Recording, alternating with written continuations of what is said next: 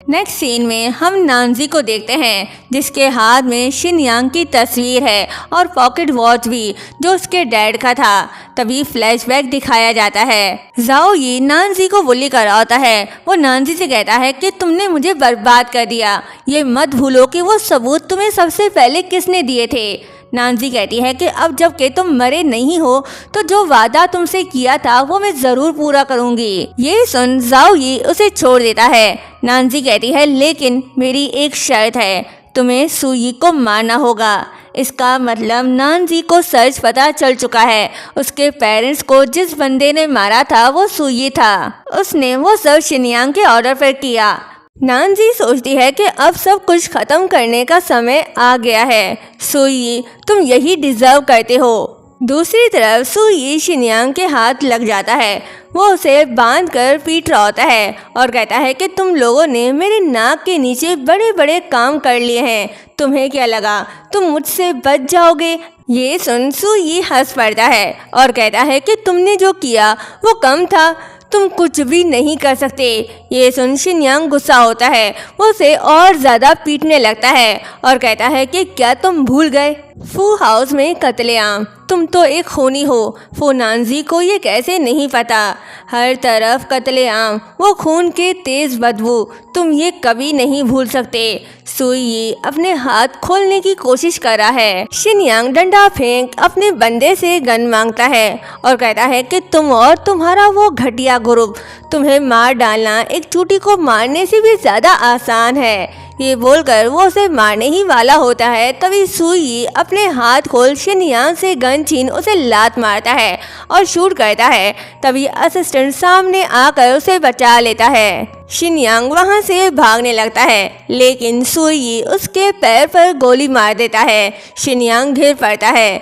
तभी वहाँ नानजी आती है। शिनयांग उसे देख कहता है कि फू नानजी तुम मुझे मार नहीं सकती, इस जगह पर सिर्फ मेरा राज है।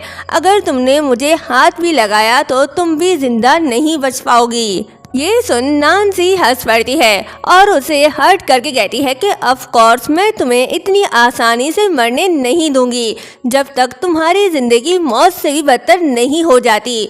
मुझे चैन तभी मिलेगा जब तुम मेरी तरह दर्द में डूबोगे, तभी मेरा बदला पूरा होगा और मेरे पेरेंट्स के आत्मा को शांति मिलेगी। शिनयांग कहता है कि तुम क्या करने वाली हो। नानजी उसे डॉक्यूमेंट्स दिखाकर कहती है कि ऑफ कोर्स मैं तुम्हारा सब कुछ डिस्ट्रॉय कर दूंगी।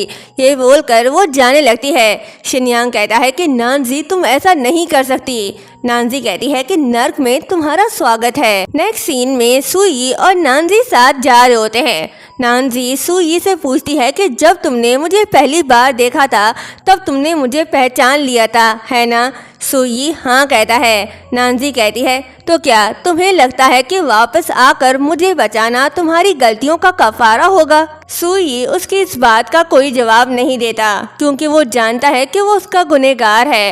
वो उसे कहता है कि तुम्हारे शूज़ गंदे हो गए हैं। वो बैठकर उसके शूज़ साफ करने लगता है तो नानजी पीछे हटकर कहती है कि शुरुआत से ही ये एक जाल था, तुम सिर्फ एक मोहरा थे। लेकिन मुझे ये पता नहीं था कि ये बेनाम हत्यारा कितना ज़बरदस्त है, यहाँ तक कि शिनयांग भी तुम्हें नहीं मार सका। सुई सर झुकाकर उसे माफ़ी मांगने लगती है। नानजी कहती है कि माफ़ी, किस बात की माफ़ी। इस बात की माफ़ी कि तुमने मेरे पूरे फैमिली को मार डाला, या इस बात की कि मैंने इतने सालों में एक कीड़ी की तरह ज़िंदगी गुजारी, या फिर माफ़ी इस बात की कि तुम इतने घिनौने हो और फिर भी चाहते हो कि मैं तुमसे प्यार करूं। सुई कहता है कि मैं तो बस उन लोगों को दूर करना चाहता था जो तुम्हें दुखी करते हैं। नानजी कहती है कि तुम्हें ऐसी बातें करने का कोई हक नहीं है। ये बोलकर वो जाने लगती है। तभी सुई उसका पाँव पकड़कर रोकता है। नानजी कहती है कि सुई तुम ये क्या कर रहे हो, क्या तुम पागल हो गए हो। सुई दुखी होकर नानजी से कहता है कि प्लीज़ मुझे छोड़कर मत जाओ। नानजी कहती है कि सिर्फ एक कुत्ता ही अपने मालिक से भीख मांग सकता है कि वो उसे ना फेंके, तुम अभी बहुत डिस्गस्टिंग लग रहे हो। नानजी की बातें सुन सुई समझ जाता है कि नानजी के दिल में इसके लिए अब प्यार नहीं रहा, वो उससे सिर्फ नफरत ही करती है। वो उसके शूज़ साफ करने लगता है तो नानजी कहती है कि निकल जाओ यहाँ से। सुई बिना कुछ बोले वहाँ से चला जाता है। नानजी ने सुई को खुद से दूर जाने का तो कह दिया, पर खुद उसकी याद में रोई होती है। भले ही उसने उसके पेरेंट्स को मारा, लेकिन प्यार तो वो उससे पहले से ही करती थी। लेकिन सच जाने के बाद उसके साथ रहना मुश्किल हो गया था। नेक्स्ट डे हर न्यूज़पेपर में ये आर्टिकल छपता है कि फू मेंशन में होने वाले कत्ले आम की हकीकत सामने आ गई है। फू फैमिली को मारने वाला और कोई नहीं शिनयांग था, और शिनयांग खुद एक नाजायज औलाद है। सच सामने आने के बाद शिनयांग पागल हो गया है। इसे उसके ही घर में कैद कर दिया है। खुद की बर्बादी देख शिनयांग पागलों की तरह हंसने लगता है और चिल्लाकर कह रहा होता है कि ये सब बकवास है, तुम सब झूठ बोल रहे हो। मैं प्रोस्टिट्यूट का बेटा नहीं हूँ, मैं यहाँ का प्रेसिडेंट हूँ। पूरे वू चैंग पर सिर्फ मेरा ही राज है, मैं नाजायज औलाद नहीं हूँ। उसे तड़पता देख नानजी काफ़ी खुश होती है। उसका बदला पूरा हुआ। नानजी ने बिल्कुल ठीक किया उसे ना मारकर।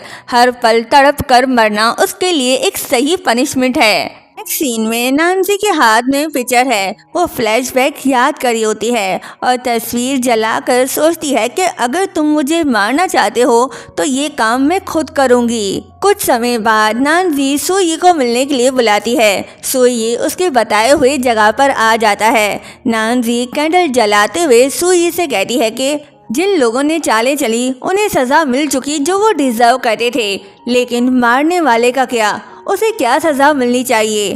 तुम बताओ, इंसान का मरना किस तरह की अहमियत रखता है? सुई कहता है कि शायद ये बॉडी की डिके नहीं बल्कि इंसान के दिल की बर्बादी है। नानजी कहती है कि हाँ सही कहा, तुम हमेशा एक ही नज़र में मुझे समझ लेते हो। सुई कहता है कि नानजी, मैग्नोलिया के फूल फिर से खिल चुके हैं, बाहर आ चुकी है, सब कुछ बीत चुका है। नानजी मैग्नोलिया फ्लावर्स देख इमोशनल हो जाती है और कहती है कि कितने अफसोस की बात है कि ये खूबसूरत मैग्नोलिया फ्लावर मैं फिर कभी नहीं देख पाऊंगी। ये बोलकर वो अपने हाथ के पल्स काटती है। उसे खून से लथपथ देख सुई कहता है कि नानजी ये तुमने क्या किया? नानजी घिर पड़ती है। सुई कहता है कि नानजी हॉस्पिटल चलो, मैं तुम्हें कुछ होने नहीं दूंगा। नानजी कहती है कि तुमसे बदला लेने का सबसे बड़ा तरीका यही है कि मैं खुद को मार डालूं। सुई रोते हुए कहता है कि अगर तुम मेरी जान चाहती हो तो मैं तुम्हें कभी भी दे सकता हूं ताकि तुम अच्छे से ज़िंदगी जियो, मैं तुम्हें कुछ होने नहीं दूंगा।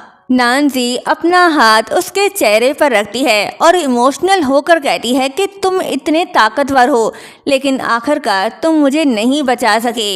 ये बोलकर नानजी की सांसें रुक जाती हैं। सुई रोने लगता है और नानजी के साथ बीते लम्हों को याद करने के बाद सोचता है कि क्यों सब लोग चाहते हैं कि मैं जिंदा रहूं, क्या यही मेरे लिए तुम्हारी सज़ा है? सुई उसे उठाकर ले जाता है। नानजी तो मर गई, लेकिन सुई के दिल में उसका प्यार अब भी जिंदा है। 2 साल बीत गए, लेकिन सुई आज भी नानजी को भुला नहीं पाया।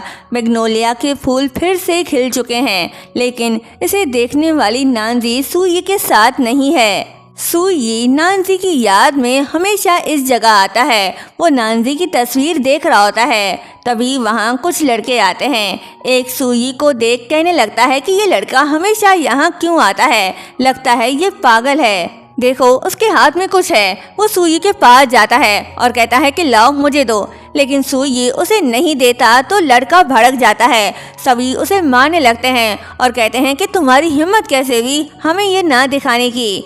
ये सुन सुई भी फाइट बैक करता है। तीनों लड़के भाग जाते हैं। सुई नानजी की तस्वीर देख सोचता है कि फू नानजी देखो, मैग्नोलिया के फूल फिर से खिल गए हैं, मुझे तुम्हारी बहुत याद आ रही है। ये लास्ट वर्ड बोलकर सुई मर जाता है और इस सैड एंडिंग के साथ ये ड्रामा भी यहीं एंड होता है। आप सबको ये ड्रामा कैसा लगा कमेंट करके ज़रूर बताएं। मिलते हैं न्यू इंटरेस्टिंग ड्रामे के साथ। तब तक चैनल को सब्सक्राइब और वीडियो को लाइक शेयर करना मत भूलिएगा। Thank you so much.